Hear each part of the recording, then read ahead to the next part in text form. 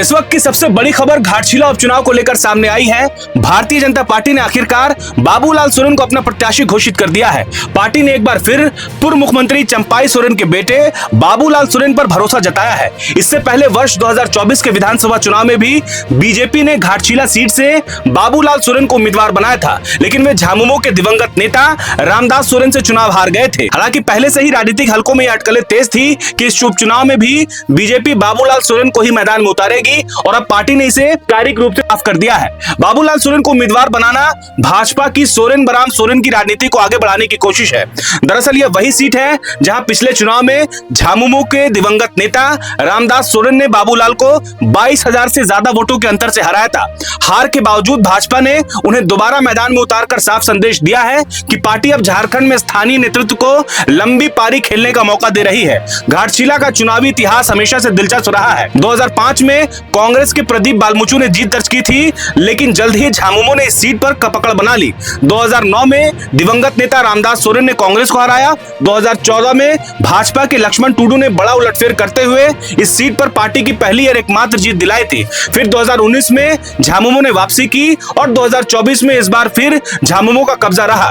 भाजपा अब घाटशिला उपचुनाव को रीसेट करने के मौके के रूप में देख रही है। पार्टी चाहती है कि झारखंड के एसटी बेल्ट में यह संदेश जाए कि भाजपा सिर्फ बारियों की पार्टी नहीं बल्कि स्थानीय आदिवासी नेतृत्व को भी आगे ला रही है। बाबूलाल सोरेन उसी राजनीतिक प्रयोग का एक हिस्सा है। उनकी उम्मीदवारी यह भी दर्शाती है कि भाजपा चंपाई सोरेन के नाम को एक नए राजनीतिक प्रतीक के रूप में इस्तेमाल करना चाहती है ताकि झामुमो के पारंपरिक वोट बैंक में सेंध लगाई जा सके। वहीं झामुमो के लिए यह चुनाव प्रतिष्ठा है। झामुमो की कोशिश होगी कि आदिवासी समाज में यह संदेश जाए कि भाजपा सिर्फ नाम के लिए स्थानीय चेहरे उतार रही है, जबकि असली लड़ाई झारखंड की अस्मिता की है। राजनीतिक विश्लेषकों का मानना है कि घाटशिला उपचुनाव झारखंड की राजनीति के अगले दौर का संकेत देगा। यह तय करेगा कि झामुमो की पकड़ अब भी एसटी बहुल इलाकों में कायम है या भाजपा का नया आदिवासी प्रयोग असर दिखा पाता है। वर्ष 2000 में भाजपा के पास 28 आरक्षित सीटों में से 14 थी, लेकिन अब पार्टी एक सीट पर सिमट चुकी है। ऐसे में घाटशिला उपचुनाव भाजपा के लिए सिर्फ चुनाव नहीं, अस्तित्व की लड़ाई बन गया है। अगर बाबूलाल सोरेन इस बार जीत दर्ज करते हैं तो यह भाजपा के लिए झारखंड की राजनीति में नई सुबह की शुरुआत साबित हो सकती है, लेकिन अगर हार होती है तो यह साफ संदेश होगा कि आदिवासी इलाकों में झामुमो की जड़ें अब भी बरकरार है।